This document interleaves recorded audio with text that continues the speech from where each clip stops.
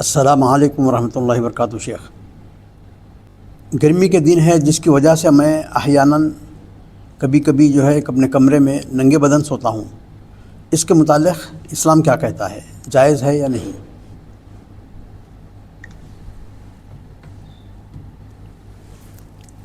ننگے بدن سونے کے متعلق ہم سے سوال کیا گیا ہے۔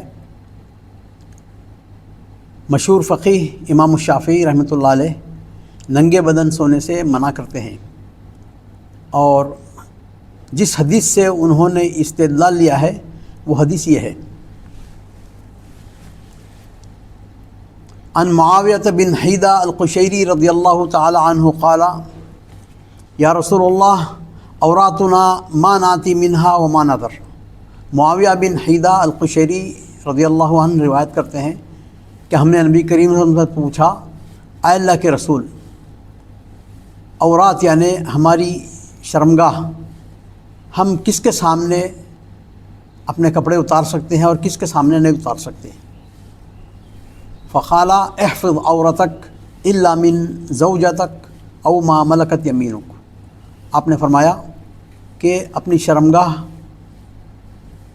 اپنی بیوی کے سامنے تم کھول سکتے ہو اور اپنی باندی کے سامنے، اپنی لونڈی کے سامنے۔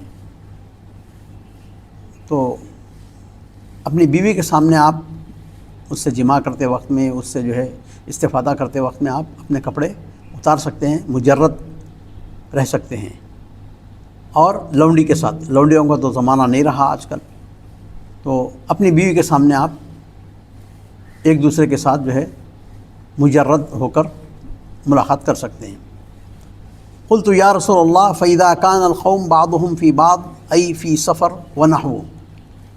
تو پھر صحابی نے پوچھا، اے اللہ کے رسول، ہم بعض وقت سفر میں ہوتے ہیں تو مرد حضرات بھی ہمارے ساتھ ہوتے ہیں، دوست احباب وغیرہ سفر میں ہم، تو ویسے وقت میں کیا حکم ہے؟ تو آپ نے فرمایا، قال ان استطاعت ان لا یراها احد فلا یرینها۔ تو فرمایا حتیٰ کہ مرد بھی اگر آپ کے ساتھ ہیں تو ان کے سامنے بھی اپنی شرمگاہ کو نہ کھولیں اور کوئی شخص کسی کی شرمگاہ کی طرف نہ دیکھے۔ پھر انہوں نے پوچھا، فقلت فاذا کان احدنا خالیا ای منفردا۔ تو اے اللہ کے رسول، بعض وقت ہم اکیلے ہوتے ہیں، کمرے میں اکیلے سوتے ہیں، تو ویسے وقت میں کیا حکم ہے؟ تو آپ نے جواب دیا، قال فاللہ تبارک و تعالی احق ان یستحیا منہ۔ آپ نے بڑا اچھا جواب دیا یہ کہ اللہ سبحانہ و تعالیٰ تو شرم و حیا کرنے کا زیادہ حقدار ہے۔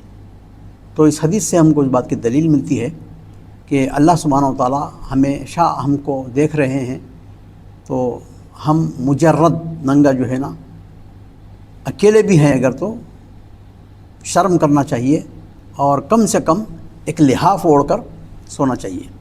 اخرجہ ابو داود و ترمذی و ابن ماجہ و حسنہ البانی۔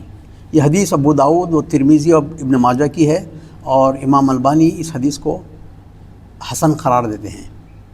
ھذا واللہ اعلم، والسلام علیکم ورحمۃ اللہ وبرکاتہ۔